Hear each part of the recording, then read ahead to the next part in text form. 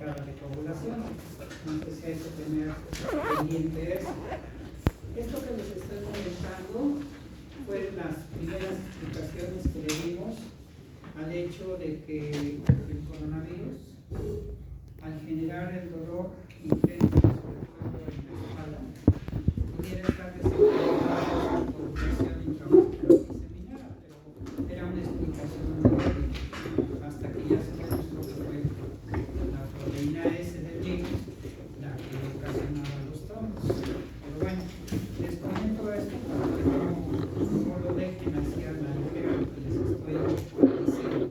Bueno, estas sininas tenemos dos tipos, la radicinina y la calidina.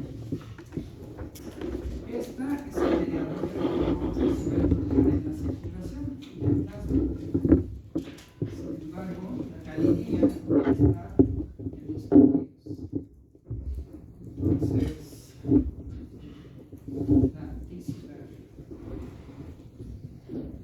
la formación de estas silinas pues se generan a partir de los precursores. Se llaman silin. No sé usted así. No, a la mamá hay que ensalzarla, no entenderla. Sí, no, a las mujeres no. Sé que en el lenguaje mexicano pues está establecido, la mayoría sí, no quiero decirlo porque alguna vez se me malinterpretó, pero pocas veces usamos expresiones en la mamá que la ensalce, que la suba, ¿no? que la alabe, pues, y la mayoría de las veces en nuestro lenguaje mexicano ofendemos a la mamá. Digo, no quiero decir las cosas porque se me malinterpretó alguna vez. Entonces, no, es especial. La mamá es especial. Cuando quieran decir una expresión de esas, acuérdense de mamá para no hacerlo. Bueno, cada quien lo habla como quiere, pero ya, lo dejamos. Entonces, les decía que estas se van a generar de los sininógenos. De estos tenemos los de elevado peso molecular y los de bajo peso molecular. ¿Se entiende cuando hablamos de sininógenos? ¿Se entiende esto? Bueno, además participa una molécula que es la precanicreína. Esta va a funcionar como una enzima para generar al final del camino la radicinina o la calidina. Estas son las sustancias activas. Y también, como proteínas que son, también tienen receptores. Y sus receptores están en el tejido nervioso, en células endoteliales, en los diferentes tejidos. Decíamos que hay varios mediadores del dolor, no solo es esto. Sino hay, por ejemplo, prostaglandinas, también generan dolor. Las prostaglandinas son responsables del dolor menstrual. ¿Sí? Ya lo veremos en inflamación. Entonces, bueno, aquí. Solo para que organicen sus tiempos, doy clase esta semana y la otra. Acuérdense por todas las suspensiones que hubo desde rectoría. Entonces tenemos que terminar el programa. Bueno, vamos a seguir. Normalmente, si ustedes han observado cuando tienen sangre en un tubo, no le ponen anticoagulante. El mismo tubo, vidrio, activa el proceso de la coagulación. Lo mismo sucede en cualquier tejido lesionado. Colágena o fibronectina, cualquier proteína de matriz extracelular o células rotas. La presencia de estos componentes también activa el proceso de coagulación. Y esto es porque hay proteínas que tienen predominio de carga negativa. Experimentalmente podemos tener la superficie del vidrio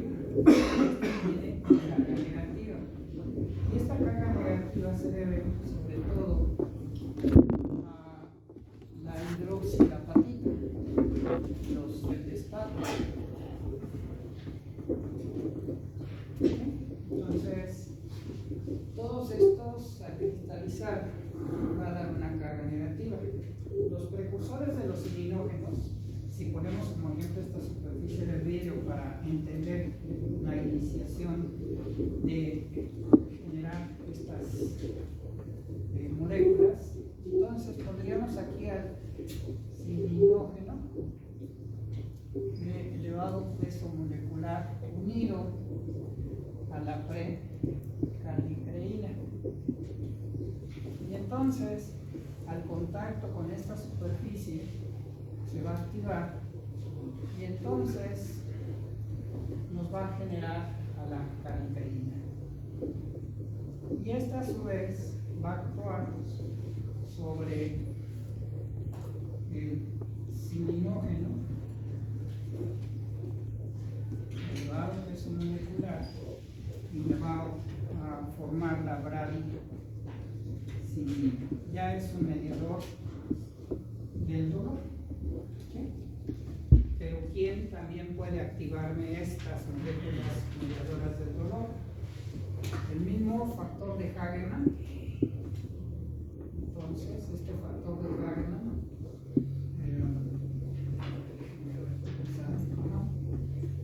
al contacto aquí en sus cadenas alfa y en su cadena beta, también me puede degradar al silinógeno y formarme calcaína. Y entonces, si ustedes se dan cuenta, venía a formar silinas, silinógeno de elevado peso molecular. Pero también participa el factor 11 de la coagulación, y al activarse aquí pasa con el factor 11, pero factor 11 activado. Y también puede generar activación del factor de Hagemann para que a su vez pueda favorecer la formación de el silinógeno de elevado peso molecular a bradicinina. Y ya es un mediador del dolor. Pero no solo eso, no solo es un mediador del dolor, sino también son sustancias vasoactivas,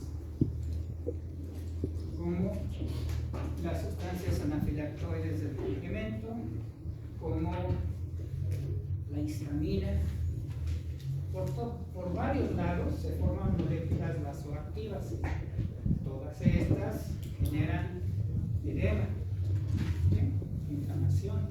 Entonces hay que tenerlas en cuenta. Bueno, esa es la parte de la bradicinina. Sin embargo, la calidina, esta se va a formar de una manera más directa, tanto del silinógeno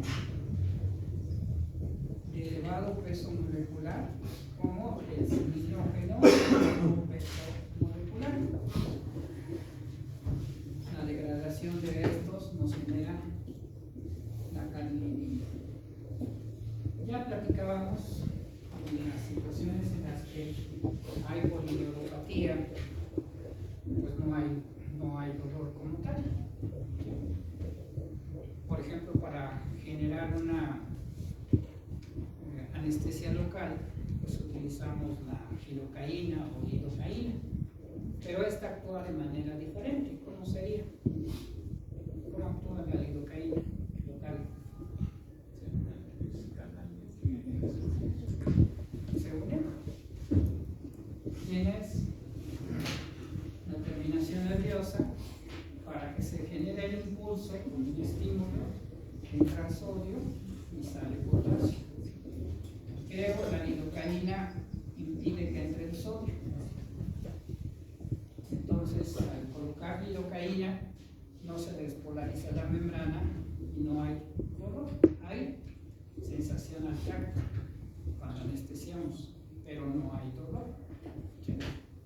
Bueno, así es. Muy bien, Richard. Entonces, estos van a bloquear.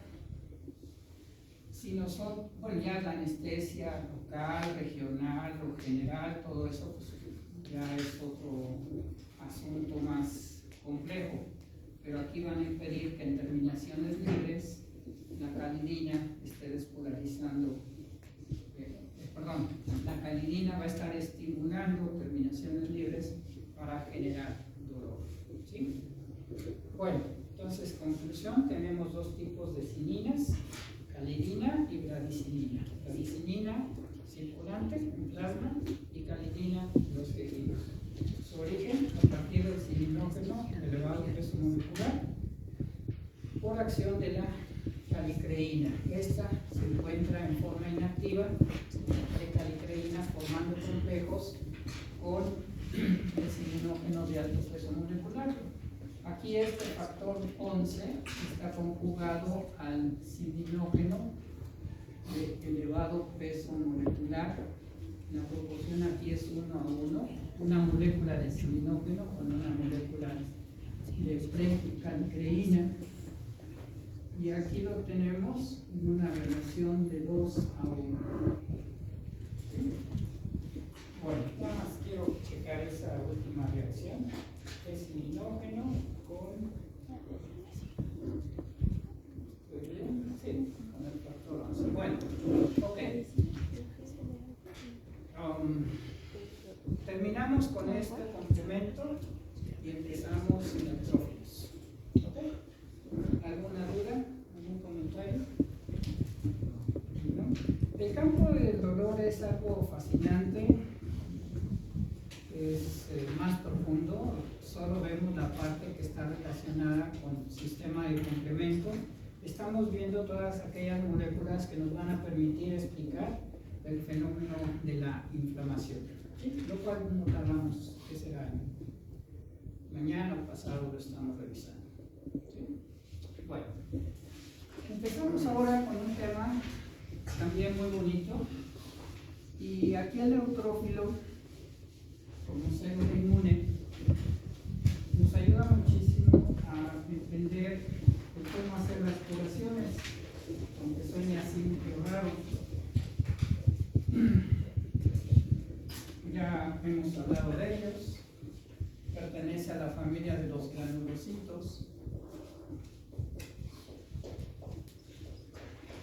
Es aquella célula que, como su nombre lo indica, los gránulos no toman coloración con la tensión de Wright o de Gibbs. Y entonces, pues, tendríamos una célula teñida, es una célula con núcleo, con varias lobulaciones, pero sus gránulos no toman coloración, a diferencia del basófilo o del eosinófilo. ¿Sí? Si lo comparáramos con un ejército, vendría siendo el soldado raso del ejército, que es el primero que se va hacia el proceso infeccioso, o es el primero que llega al tejido lesionado, aunque sea una lesión con material estéril. ¿Sí? O sea, toda ruptura de tejido, infectado o no, tiene que ser reparado. Y aquí es donde los neutrófilos son los primeros en llegar para intentar limpiar la zona o eliminar el proceso infeccioso.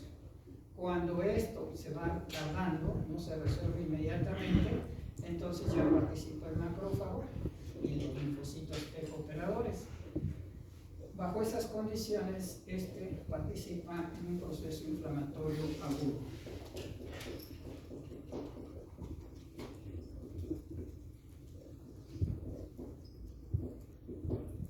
Bueno, ¿qué de interesante tiene el neutrófilo para poder limpiar esos sitios o para poder destruir a los microorganismos? Tiene dos mecanismos improvisibles. Uno son sus enzimas, que están en estos gránulos, y dos, también en estos gránulos, sus radicales libres. Y los radicales libres aquí son las especies reactivas del oxígeno y las especies reactivas del nitrógeno. Entonces son dos. Los radicales libres, bien controlados, bien compartimentalizados. Estos radicales libres son benéficos.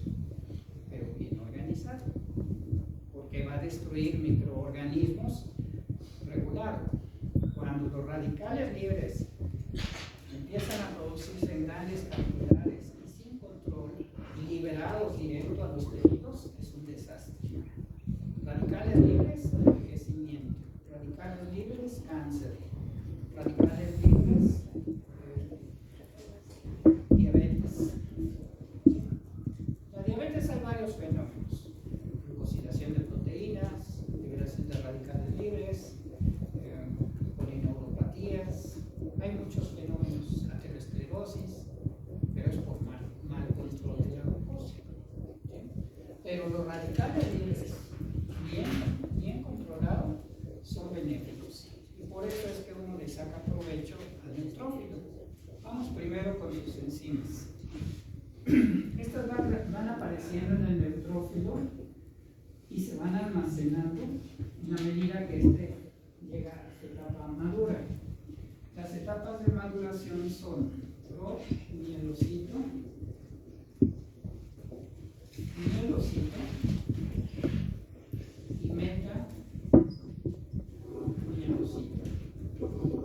Ya el metamielocito tiene todos los tipos de enzimas. En este, por ejemplo, las primeras enzimas que aparecen, la mieloperoxidasa.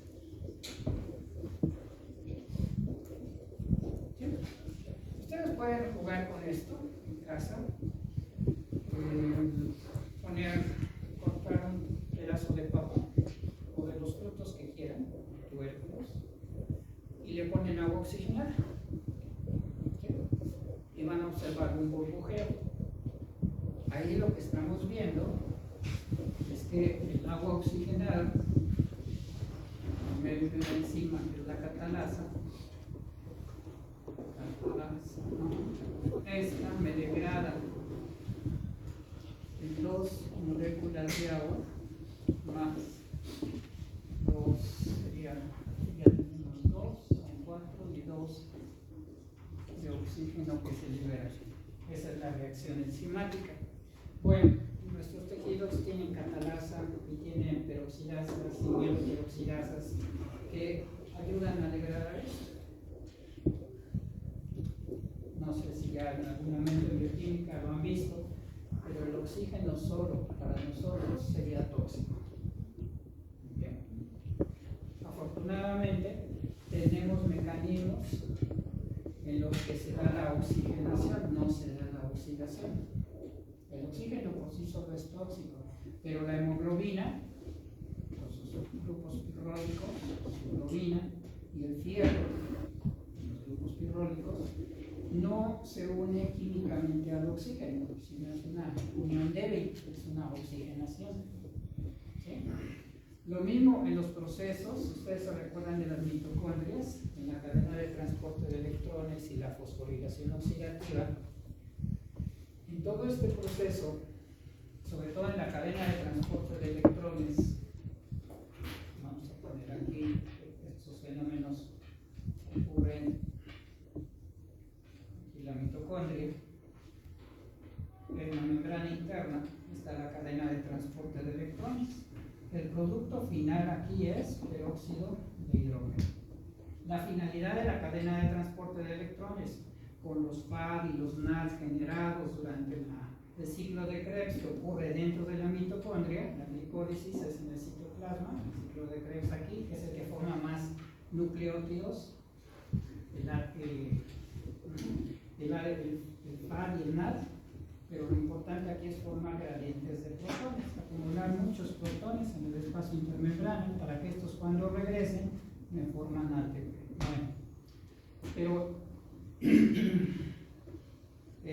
la formación del peróxido de hidrógeno es al final de la cadena de transporte de electrones. ¿Sí? La debilidad post-COVID, eso es importante que lo tengan en cuenta, sobre todo el COVID largo, que le han llamado COVID largo, es porque afecta también la proteína S a la formación de ATP a nivel mitocondrial.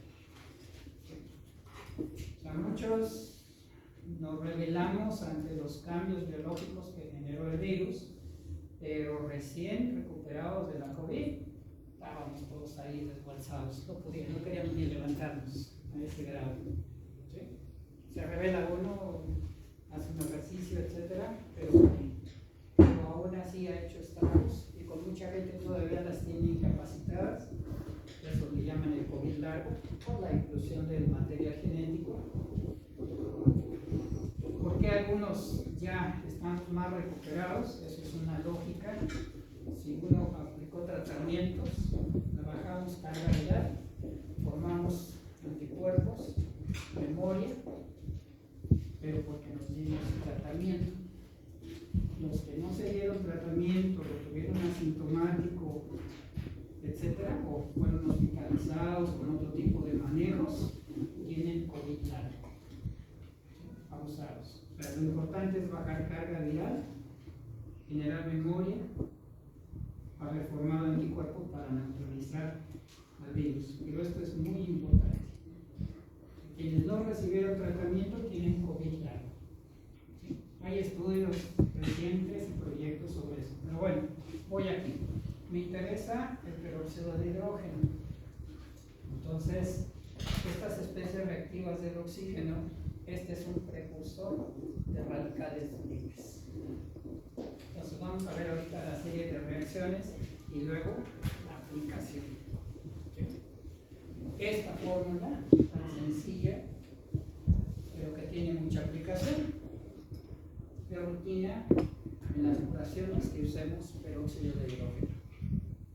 Jamás combinen directamente soluciones de cloro al 3% con agua oxigenada, porque esto les genera ácido clorhídrico. Y en lugar de ayudar al paciente, lo van a quemar. Jamás. En el laboratorio, cuando ya se me acabó el ácido clorhídrico, compro mi agua oxigenada, compro mi cloro, los mezclo, ya tengo mi solución de ácido clorhídrico para quitar minerales en el material de cultivo. En el proceso de lavado de la cristalería para cultivo de células, hay que quitarle no solo minerales, sino detritos de células y todo esto, y los dejamos 24 horas en solución de ácido clorhídrico. Tener ácido clorhídrico en forma barata. Sí, pero jamás vayan a hacer una curación juntándolos porque van a quemar al paciente. Si lo van a usar, ahorita veremos el por qué también se recomienda esto para las curaciones, el cloro. Lo mismo lo hace el neutrófilo, forma ácido hipocloroso, usa cloro, ácido hipocloroso, forma cloraminas y además forma peróxido de hidrógeno. Entonces el neutrófilo es el mejor ejemplo para que ustedes diseñen bien sus curaciones. Independientemente de eso, bueno, es interesante como célula.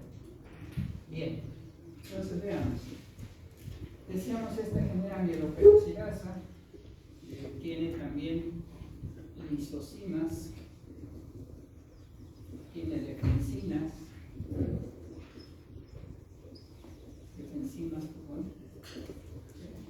Lo característico del mielocito, en la etapa de los gránulos aquí se les llama azurófilos. Los gránulos que contienen las enzimas en el promielocito se les llaman azurófilos. Los gránulos que contienen en el mielocito lisocima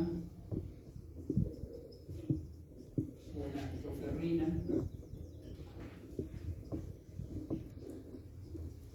se les llama específicos.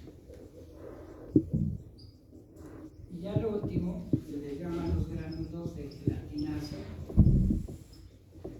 porque tiene gelatinasa, gránulos gelatinasa.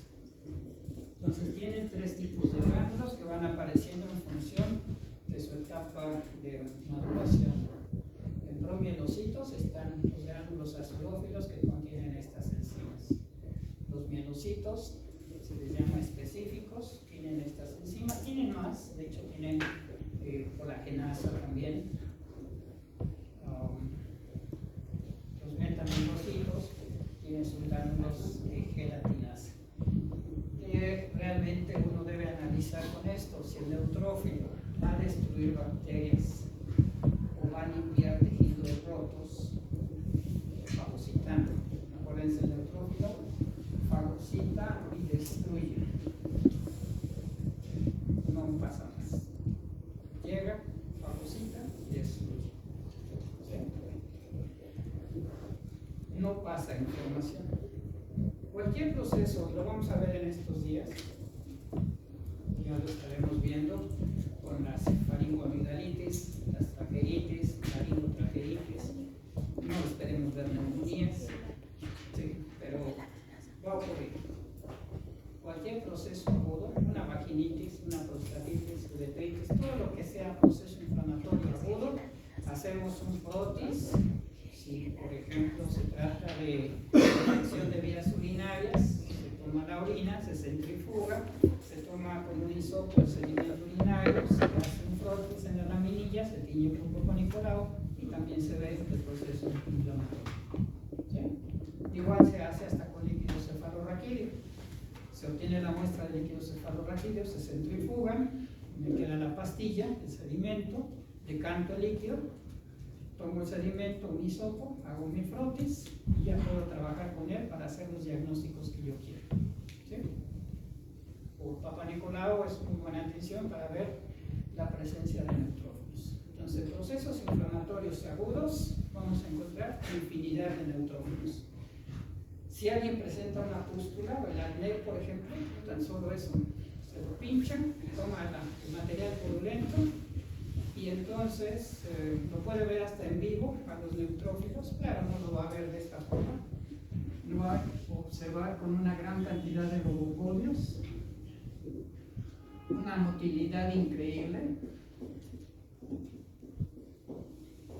y infinidad, de cocos fagocitados.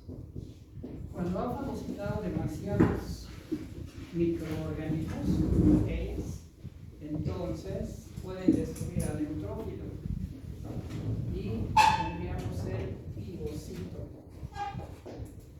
El piocito es la célula de pus, es el material purulento que observamos. Esos son los piocitos, son neutrófilos muertos. Pero cuando ha fagocitado infinidad de bacterias, así lo vemos en vivo.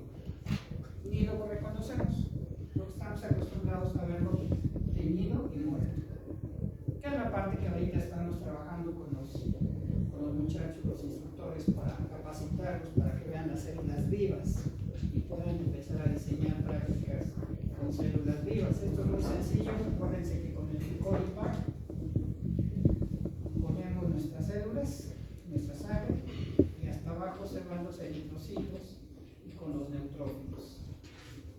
Y ya esto pongo en una botella de cultivo y los neutrófilos se adhieren, la hago bien con medio de cultivo, decanto, quito todos los eritrocitos y me quedo en la base y los neutrófilos. Si alguien quiere trabajar con ellos, es una forma sencilla de separarlos.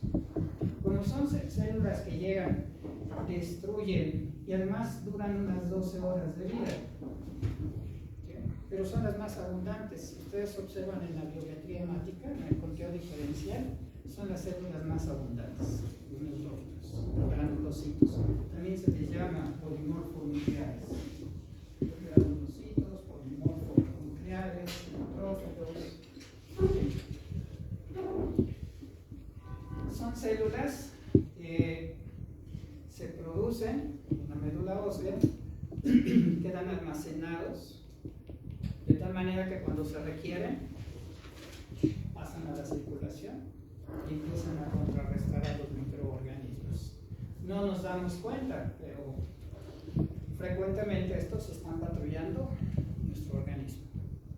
Que alguien que les diga, oiga, es que siento un neutrófilo en el óvulo de la oreja derecha, pues ya como que hay un problema mental, ¿no? No se perciben, pero su migración es a través de las proteínas de matriz extracelular.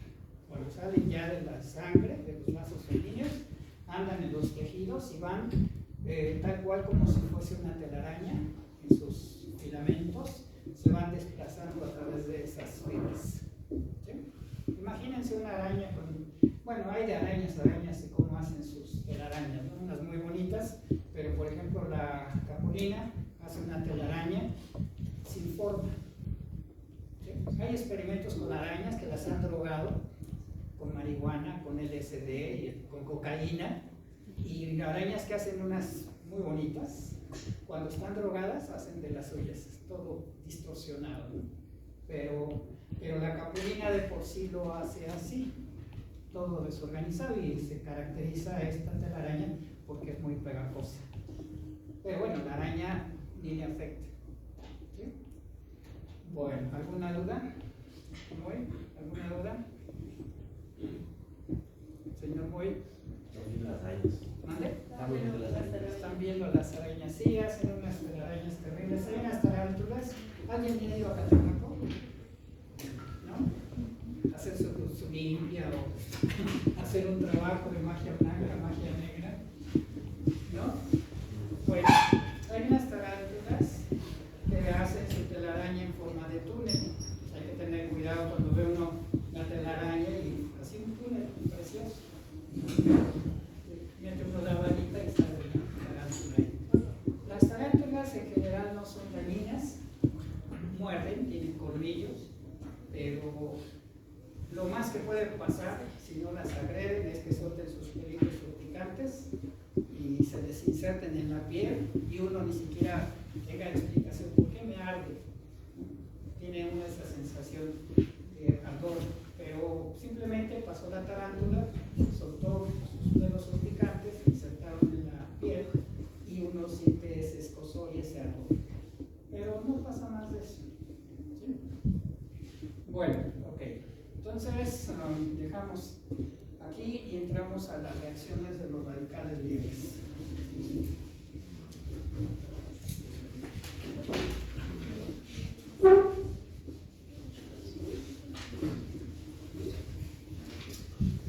Entonces nuestro examen es el jueves y el viernes hacemos nuestra revisión.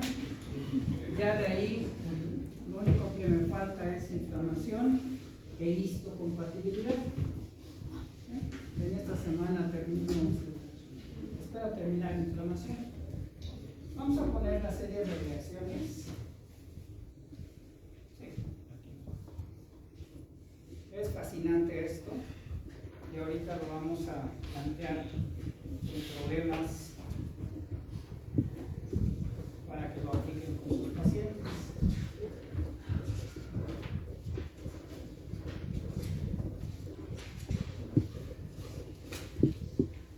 Aquí tienen que razonar, no solo es decirles es que esto hace esto, sino ustedes tienen que razonar las condiciones en las cuales esté su paciente.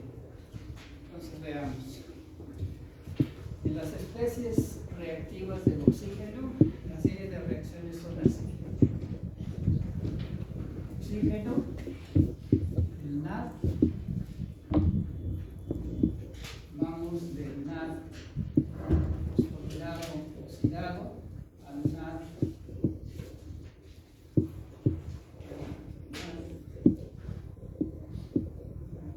que pasa, aquí está reducido, aquí pasa oxidado, fosfato más citocompresor. Y aquí está la NAD oxidasa. Y esto me genera radical superóxido. Este es un radical superóxido. De los radicales libres ya habíamos hablado que está el superóxido, está el singlete, el oxígeno, el hidroxilo, el perhidroxilo.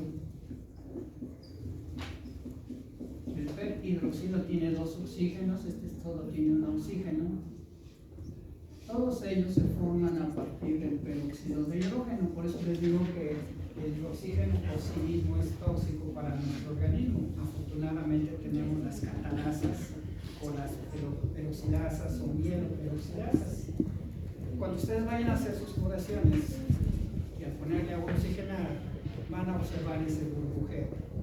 Músculo, sangre, tejido conectivo tiene catalasa. Pero ¿cuándo hay que usarlo? Eso es importante, porque vimos que en la reacción me libera oxígeno. Entonces, veamos la serie de reacciones. De aquí hay una reacción espontánea y entonces, ingresan dos protones en esto, se libera oxígeno y me genera peróxido de hidrógeno. Acuérdense, esto es para destruir microorganismos.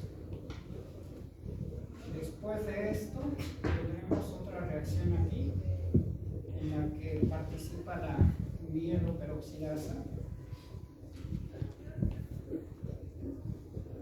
para degradar el peróxido de hidrógeno, en la cual participa el cloro, protones,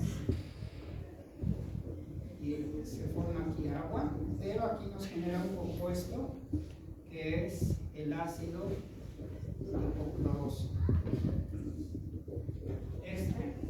Que además se vende.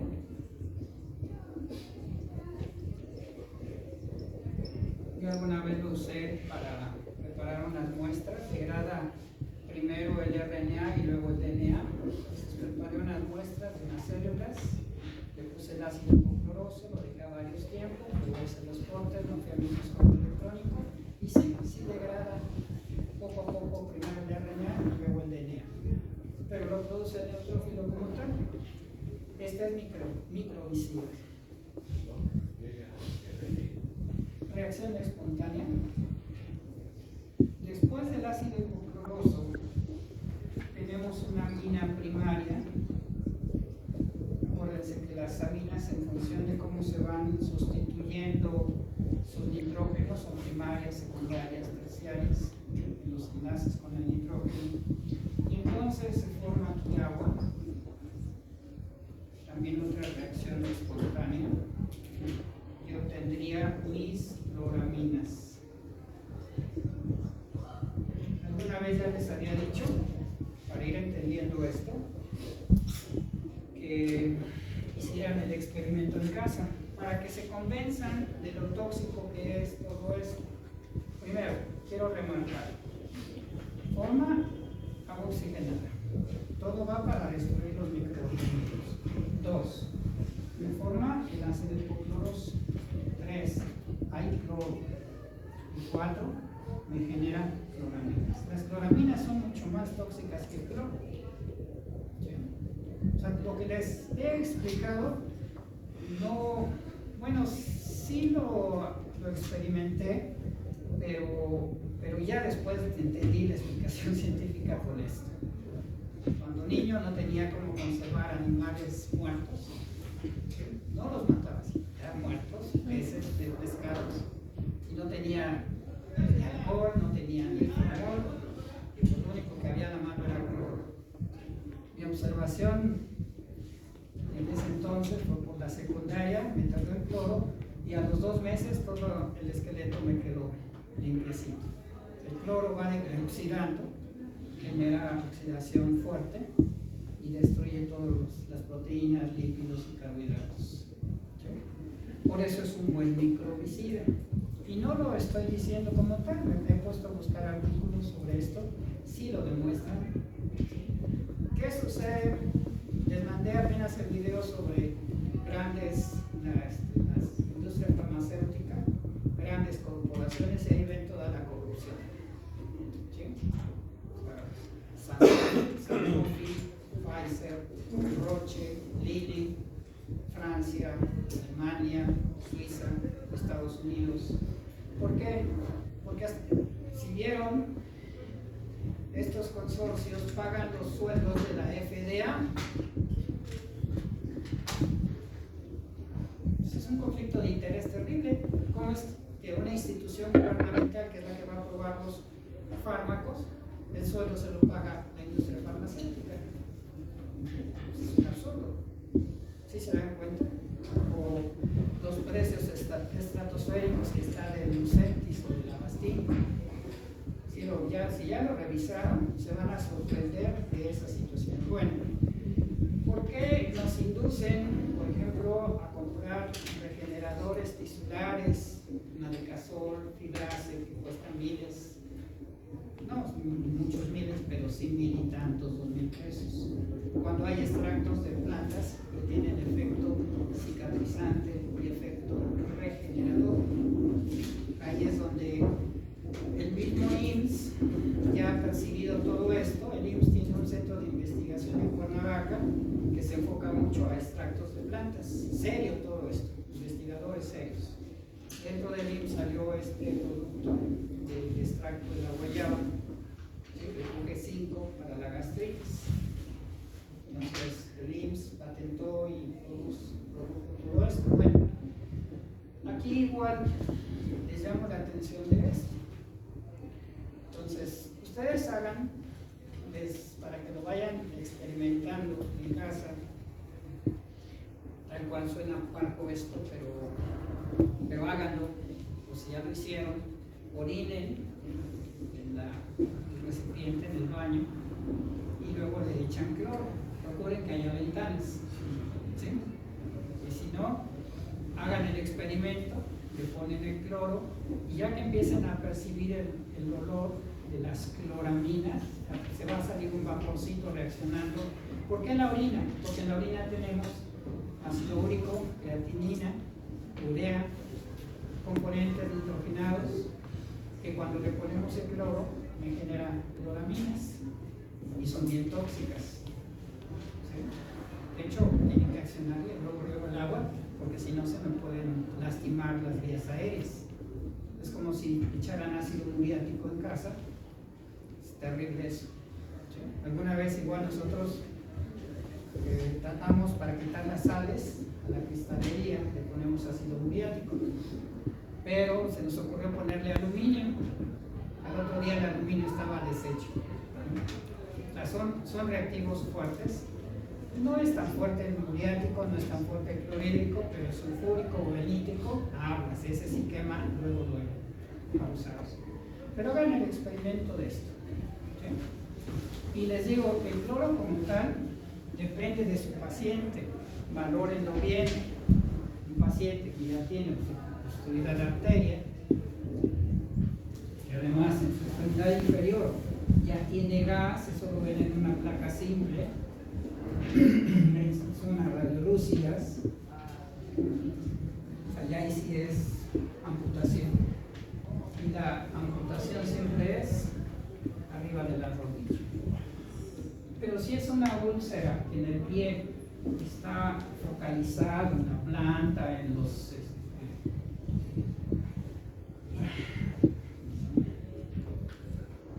bueno, a los lados, ¿cómo se llaman estos? No fue el nombre, pero bueno, en el dorso del pie, planta del pie, lateral, que se puede controlar, que además tienes pulsos, por eso es importante los pulsos. ¿Cómo se llaman estos? ¿Sí? ¿Son mareos? ¿Sí? Lo tenía, pero no quería quemarme, pues sí, está bien, gracias. Entonces, en el tobillo sí, en toda esta zona. Entonces, al estar lesionado, pero tiene buena circulación, ¿sí? La arteria pedia presente, la arteria tibial posterior. Entonces, todo esto nos ayuda a valorar bien al paciente, de tal forma que si tiene su polineuropatía, pero todavía se puede controlar a pesar que tenga localizado el gas, entonces sí lo podemos usar en cloro concentrado. No le va a doler, se va a quitar ese olor fétido. Se quita 24 o 48 horas, 2 curaciones, y ya ustedes van valorando si ya lo retiran el cloro como tal. Ya después pueden usar cloro al 3%, pero abusados. Tienen que debilitar los tejidos, no es por encima. Sí, la misma agua oxigenada les va a marcar el sitio. Claro, si usaron cloro, definitivamente tienen que enjuagar perfectamente con agua inyectable para que puedan poner el agua oxigenada. Si lo ponen junto, van a generar ácido clorhídrico, abusados. usados, que además ácido clorhídrico diluido no pasa nada. Yo de hecho así le echo un chorrito de agua, del agua, le echo un chorrito de cloro con la mano y ya quedó. Y no me quema. Sí, pero ya es la práctica que uno tiene, pues. Si ya uno hace soluciones al ojo por ciento, por ejemplo. Pero bueno, ya es la práctica, Igual uso colorantes mutagénicos, pero ya sé cómo controlarlo. Me lavo luego las manos, usando parásitos serios, igual a cada rato yo me estoy lavando y lavando. Y es una rutina, sin caer en una compulsión o una obsesión, ¿sí? Pero sí el aseo de manos es frecuente. Bueno, ok. Les estoy remarcando esto, porque si bien es una parte interesante, esto es lo que nos va a ayudar. Unos sectores, ¿en qué casos usarían la oxigenación para cerrar la clase? ¿Dónde debemos usarlo bien la oxigenación? Aunque se debe usar en todo, en cualquier curación, así sea con su cura y todo bien limpio, al final enviar con peróxido de hidrógeno. ¿Qué evitaría el peróxido de hidrógeno? Ya les dije, formas radicales libres, estos son microbicidas.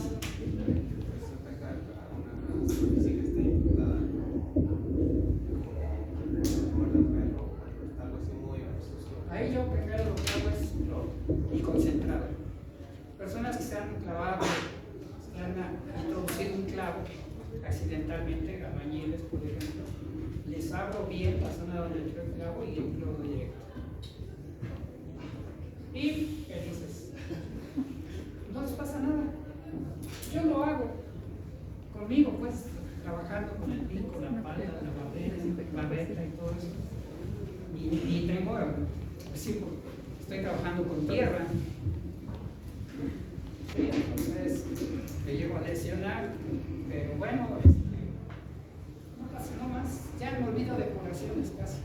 Así es, era. Bueno, otra vez aquí me abrí porque ahí fue el cloro directo, porque era material muy contaminado. Enfrenté bordes y una curación más. Que arde sabroso, pues. Pero nada más hay que aguantar 30 segundos.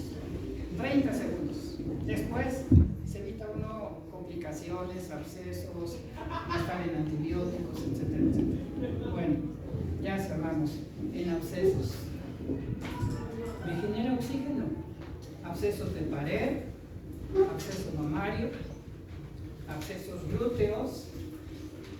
Donde haya abscesos, ya que se hizo la curación, vamos a platicar mañana de eso. Metemos el agua oxigenada, reacciona con la catalasa y me evita el crecimiento de anaerobios. ¿O no? Ya les voy a cobrar después cómo hagan sus curaciones. Sí, todo esto son tips que nos enseña Neutrófilo, pero que funcionan